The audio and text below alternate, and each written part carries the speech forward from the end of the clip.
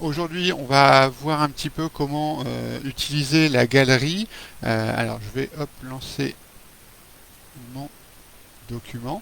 Alors, on va peut-être commencer avec un document vierge, ce serait mieux. Voilà. Donc, on avait un peu expliqué le format de la page, la zone de texte, les marges, les barres d'outils accessibles. D'ailleurs, on verra qu'on peut intégrer d'autres barres d'outils. Ça, je vous le montrerai juste après. Ensuite, donc nous allons voir aujourd'hui l'intégration donc de la galerie. Donc, comme je vous avais expliqué, vous avez un volet latéral sur la partie droite de votre écran. Ici, vous avez accès aux propriétés. Si vous êtes sur du texte, automatiquement, vous aurez les propriétés du paragraphe, des caractères et les espacements, les alignements, etc. etc. Les propriétés de la page. Ici, les styles, mais que nous n'allons pas aborder dans l'immédiat. Et nous, ce qui nous intéresse dans un premier temps, c'est les galeries de clipart. Alors, les clipart, ce sont des petites images simples qui permettent d'illustrer un document. Alors, comme vous pouvez le voir par défaut, il intègre déjà des galeries. Plusieurs thématiques, on va dire. Alors, à chaque fois, vous avez des petites flèches comme ça qui vous permet de cliquer gauche et de maintenir clic gauche pour pouvoir étendre, avoir une visibilité plus importante. Même ici, vous voyez, j'ai une barre ici que je peux agrandir de façon à voir quasiment toutes les thématiques qui sont déjà accessibles dessus. Mais quelquefois, on a besoin, nous, d'intégrer notre propre galerie. Alors, pour déjà intégrer dans notre propre galerie, il faut déjà qu'on récupère des images. Alors, pour récupérer des images, Google, le moteur de recherche. Ensuite, sur la partie en haut à droite, vous avez Images. Et là, vous pouvez y mettre un mot-clé de ce que vous cherchez. Par exemple, je cherche des fleurs. Et là, bien entendu, je vais avoir toute une série d'images, mais qui ne sont pas forcément dans la catégorie clipart. Petite astuce, dans Google Images, vous avez ici une barre d'outils. Donc, il suffit de cliquer sur Outils et vous allez avoir différentes tailles. Vous pouvez choisir des grandes images, des images moyennes ou des icônes. Les couleurs, si vous souhaitez des images de toutes les couleurs, noir et blanc, transparentes ou une dominante de couleurs. Le type d'image, ce qui va nous intéresser aujourd'hui, donc là vous avez tout type, vous avez dessin au trait, GIF, et également image clipart, c'est ce qui va nous intéresser, donc je vais juste cliquer dessus une fois, gauche bien entendu. Alors bien entendu, Google va y mettre un peu d'annonce, donc cette barre, ce bandeau carré que vous voyez, rectangulaire, pardon, ici c'est de la publicité, donc ça ne nous intéresse pas dans l'immédiat. Par contre, vous voyez ici, je vais retrouver différentes images clipart que je peux utiliser. Alors par exemple celle-ci, je vais cliquer une fois dessus et vous allez avoir ici l'agrandissement de cette image. Alors le format est très grand, elle fait 1200 pixels par 902 pixels. Alors pour bien la récupérer cette image, il est judicieux de cliquer droit sur cette image, ensuite d'afficher l'image, clic gauche, et ensuite de se positionner au milieu de cette image, clic droit, enregistrer l'image sous, et là vous allez lui indiquer l'emplacement que vous souhaitez. Alors toujours bien préparer, s'organiser. Il est judicieux soit dans le dossier image de créer un dossier que vous allez appeler par exemple galerie fleurs. Comme ça on sait que voilà, tout ce qu'il y aura à l'intérieur ce sera pour ma galerie et sur la thématique de fleurs, ou dans ce cas-là on crée un dossier principal qui s'appellera galerie et à l'intérieur créer un sous-dossier qui s'appellera par exemple fleurs. Et comme ça vous pourrez créer d'autres dossiers sur les différentes thématiques que vous souhaitez. Moi je vais, point de vue praticité, le créer sur le bureau. Je crée un dossier qui s'appelle galerie fleurs. Je rentre bien à l'intérieur et ici je vais pouvoir nommer notre image que je vais appeler fleur jaune, tout bêtement. Voilà. Donc j'ai enregistré cette image, elle était au format JPG. Normalement les formats PNG, JPG, qui sont des formats d'image, sont parfaitement reconnus par LibreOffice. Ça c'était une façon de faire, on va dire assez pratique, Ensuite, ce que je vais vous conseiller d'utiliser pour des utilisations personnelles, OpenClipArt, qui est en fait un site web où vous allez retrouver tout un tas de clip art qui sont gratuits, libres de droit pour une utilisation non commerciale. J'insiste sur ce point puisque sinon il faudra s'acquitter d'un droit, d'une licence d'utilisation. Alors c'est en anglais et là vous allez retrouver différents clip art sur cette thématique. Alors vous avez beaucoup de pages. Là par exemple j'ai 180 pages d'images. Et par exemple celle-ci me plaît. Donc j'ai cliqué une fois dessus. Je peux prendre la version small, medium, large, petite, moyenne, grande. Je vais prendre plutôt la large de façon à avoir une meilleure qualité au niveau de l'image. Alors soyez toujours vigilants, là vous avez un fond plutôt coloré, donc ça peut être embêtant quelquefois sur un document. Mais ensuite, clic droit, enregistrer l'image sous, touc, et là je vais dans le dossier approprié. Alors là c'est un PNG, hein, mais c'est pas gênant puisque JPEG et le PNG sont reconnus. Donc là j'ai accumulé un certain nombre d'images dans mon dossier galerie fleurs. Donc l'adresse du site c'est openclipart.org. Tout le reste c'est pas nécessaire, hein. Hop, et vous accéderez directement ici. Soyez vigilants, il peut y avoir un peu de publicité. Donc là c'est une sélection. Last test clipart, ça c'est tous les derniers clipart qui ont été ajoutés. Et là vous pouvez naviguer de page en page pour avoir des idées de clipart que vous souhaitez récupérer. Il y a vraiment pas mal de choix, c'est plutôt pas mal pour illustrer un document. Je retourne donc sur mon logiciel de traitement de texte. Donc je suis bien sur la catégorie ici galerie. Il va falloir que je rajoute donc une thématique, puisque j'en ai quelques-uns qui existent déjà. C'est vrai que je ne vous l'ai pas montré, mais vous voyez, vous avez différentes formes que vous pouvez intégrer. Vous pouvez, hop, alors il suffit de la prendre, l'image, et de venir la glisser dans votre document. Et puis après, vous pouvez l'agrandir, la réduire, etc. Alors celle-ci ne veut pas. Voilà. Alors attention aux proportionnalités, puisque si je fais ça, on va perdre sa proportionnalité. Ça, on va l'aborder juste après. On peut même avoir une galerie de son, si on voudrait illustrer. Alors, sachez quand même que ce que vous créez en galerie ici sur LibreOffice Writer sera aussi bien utilisable sur tous les logiciels de LibreOffice. Donc, PowerPoint, l'équivalent de PowerPoint qui est InPress, que l'on abordera lors des prochaines semaines. Alors, je vais rajouter moi une galerie. Donc, il suffit simplement de cliquer sur Nouveau ici en bas. En cliquant sur Nouveau, je vais avoir directement les propriétés du nouveau thème. Alors nous, on va aller sur l'onglet Général dans un premier temps et on va le nommer. On va l'appeler donc là Fleurs, tout simplement. Je ne quitte pas en faisant OK. Je vais d'abord dans Fichier, puisque là, je n'ai juste créé que la catégorie. D'ailleurs, on voit nouveau thème ici. Maintenant, il va falloir lui ajouter les images que l'on veut à l'intérieur. D'ailleurs, comme vous pouvez le voir, quand j'ai cliqué sur Fichier, logiquement, ah non, il n'a toujours pas mis, logiquement, il devrait mettre ici Fleurs. Ensuite, nous, ce qu'on va lui dire, c'est qu'on va rechercher les fichiers qui sont sur notre ordinateur. Donc, je vais cliquer sur Rechercher des fichiers. Et là, je vais aller dans le dossier, donc moi que j'ai mis sur le bureau. Alors vous aurez peut-être mis dans Images ou ailleurs. Vous allez dans le dossier approprié. Donc là, je vais aller dans le dossier Galerie Fleurs. Je rentre bien à l'intérieur du dossier. Je vois bien ici que je suis dans le dossier Galerie Fleurs. Ne vous inquiétez pas si vous ne voyez pas les images, c'est normal, puisque là, il va analyser le contenu de ce dossier. Il suffit de cliquer sur Sélectionner un dossier. Donc on sélectionne en réalité le dossier Galerie Fleurs. Un clic dessus. Et ensuite, vous allez voir normalement apparaître des lignes où à l'intérieur, vous allez avoir en fait les liens vers vos images. En cliquant sur ce petit bouton aperçu, vous allez pouvoir voir l'image qui est sélectionnée. Si je clique sur celle-ci, si je clique sur celle-ci, etc., etc.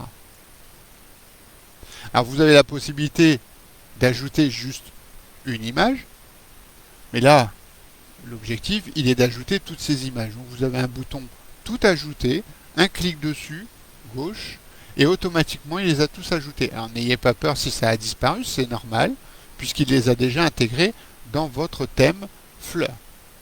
On va cliquer sur OK. Et là, vous voyez bien que automatiquement il s'est mis sur votre galerie fleurs et vous retrouvez bien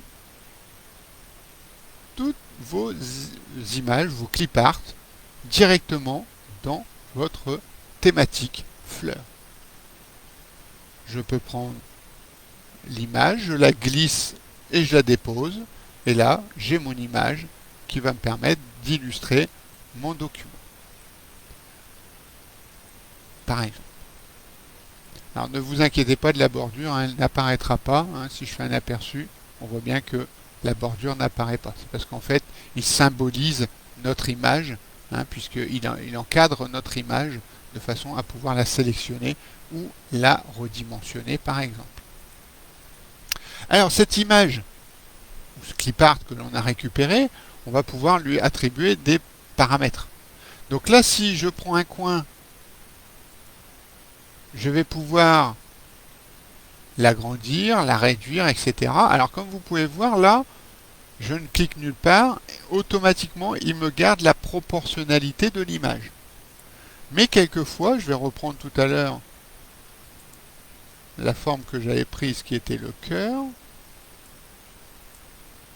Je vais essayer de faire la même chose. Et là, comme vous pouvez le voir, il ne garde pas ma proportionnalité. Alors, c'est pas gênant. Alors, je vais revenir en arrière en cliquant sur cette flèche ou CTRL Z. Je vais me positionner sur un coin. Et là, je vais appuyer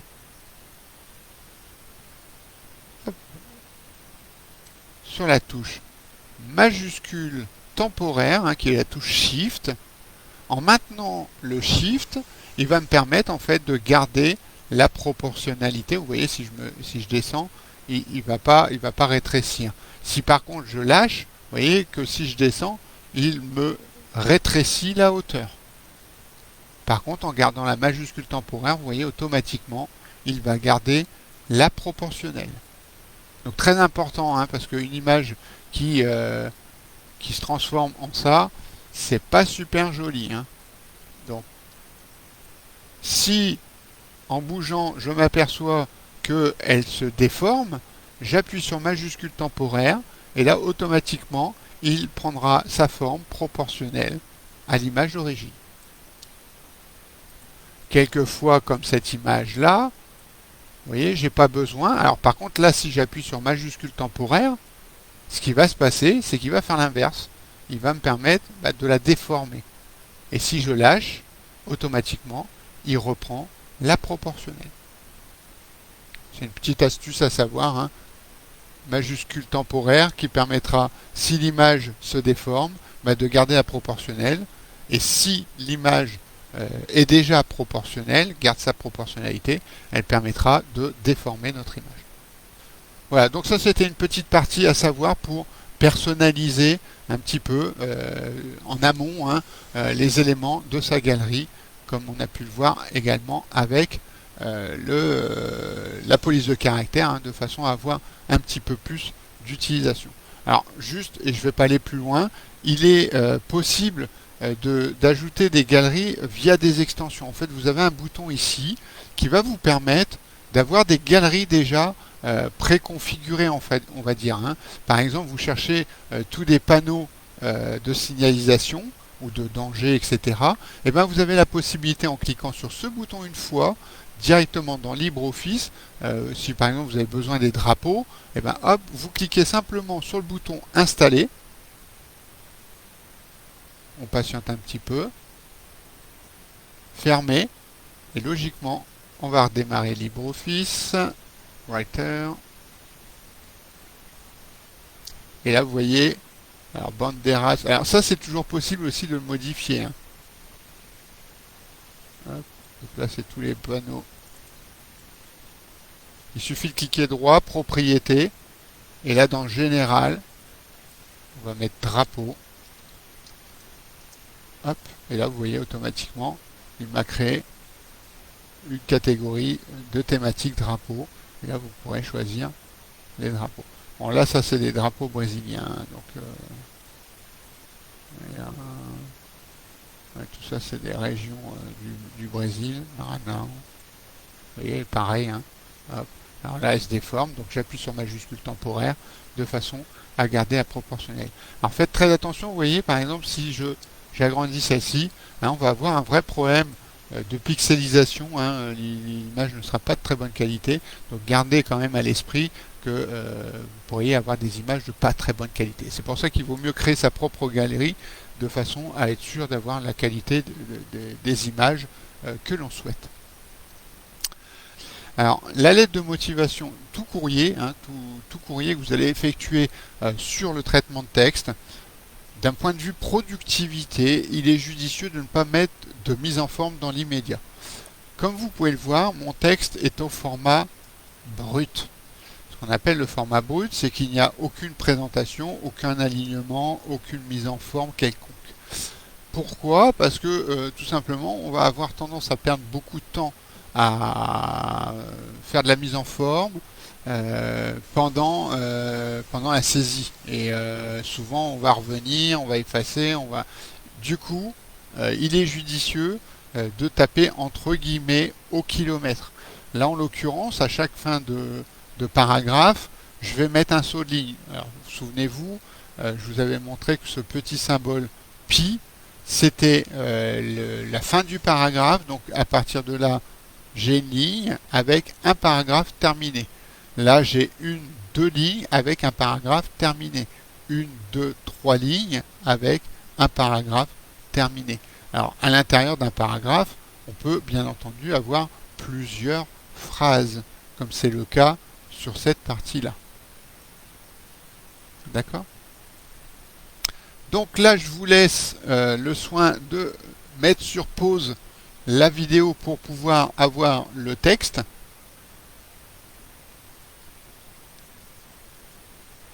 Et à partir de là, on va commencer à faire de la mise en forme. Le résultat de notre document sera celui-ci. Je vais vous montrer. Là, on va le montrer en aperçu pour qu'on puisse bien voir. Alors bon, là, il manque un petit peu peut-être d'homogénéité dans le document. Hein. Je le rectifierai. Parce que là, le texte, il faudrait qu'il arrive au moins ici, à la signature ici. Mais comme vous pouvez le voir, la présentation est faite plutôt proprement et rapidement en réalité. Alors, donc mon texte brut est là. À partir de là, toute cette partie-là, il n'y a rien à changer puisqu'elle va bien rester en haut à gauche. Hein. Le téléphone également, pardon. Ainsi que le contact. Donc toute cette partie-là, on n'y touche pas. Comme vous pouvez le voir, ici, à la fin de cette ligne, j'ai ce petit symbole. On va essayer de le zoomer un petit peu. Ce petit symbole qui ressemble un peu au symbole de la touche entrée. C'est ce que l'on appelle un paragraphe lié. Alors pour l'obtenir, au lieu de faire simplement entrée pour sauter une ligne, je vais appuyer sur majuscule temporaire et appuyer sur entrée. Je vais maintenir ma touche majuscule temporaire et entrée. Alors pourquoi on fait ça? Tout simplement parce qu'on veut lier cet ensemble-là pour que quand je vais modifier les propriétés du paragraphe, il s'applique à ce bloc-là. En fait, cette ligne-là est liée à celle-ci et liée à celle-ci qui devient cet ensemble, un seul paragraphe. Donc il y a juste cette partie que je voulais vous montrer. Ici, vous avez ce qu'on appelle un automatisme. Alors comment j'ai fait pour l'obtenir? Parce que ça peut être une lettre de motivation que vous allez reprendre et que vous allez ressaisir un mois après, 3 mois après. Cette date est automatisée. Ça va vous éviter à chaque fois de changer la date sur votre document. Alors pour faire ça, c'est simple. Vous ne mettez pas ici de date. Vous mettez simplement fait à Soissons le. Ensuite, vous allez insérer un champ qui s'appelle date. Donc, insertion champ date. À partir de là, vous allez avoir la date du jour. Cette présentation ne va peut-être pas vous convenir. Dans ce cas-là, vous allez double-cliquer gauche dessus, en se positionnant dessus. Et là, vous allez avoir les propriétés de ce champ date. Vous avez ici l'impossibilité de changer ici, c'est pas gênant. Vous avez ici une date fixe, ça veut dire que votre date sera toujours la date du jour de création du document. Ça veut dire que si vous le reprenez dans 2 jours, il aura bien la date du 7. Il n'aura pas la date du jour où vous l'aurez retravaillé. Par contre, si vous mettez date ici, si je reprends mon document dans 2 jours, eh ben, il sera daté du 9. Et ensuite, vous avez le formatage de la présentation en fait de cette date. Donc vous pouvez choisir le type de présentation que vous souhaitez. Là, moi, par exemple, je souhaite une date entière. Donc je vais cliquer ici. On peut créer, si on souhaite, un décalage positif ou négatif. Par exemple, si je veux faire mon courrier 2 jours avant, eh ben, je peux l'antidater. Je vais faire OK. Et là, automatiquement, vous voyez, j'ai bien la date du jour. Si je reprends le document dans 2 jours, il sera bien daté au 9 avril. N'oubliez pas, fichier enregistré sous, si c'est la première fois, si c'est un document que vous avez déjà ouvert et que vous voulez en faire une copie. Sinon, enregistrez tout court pour modifier le document source.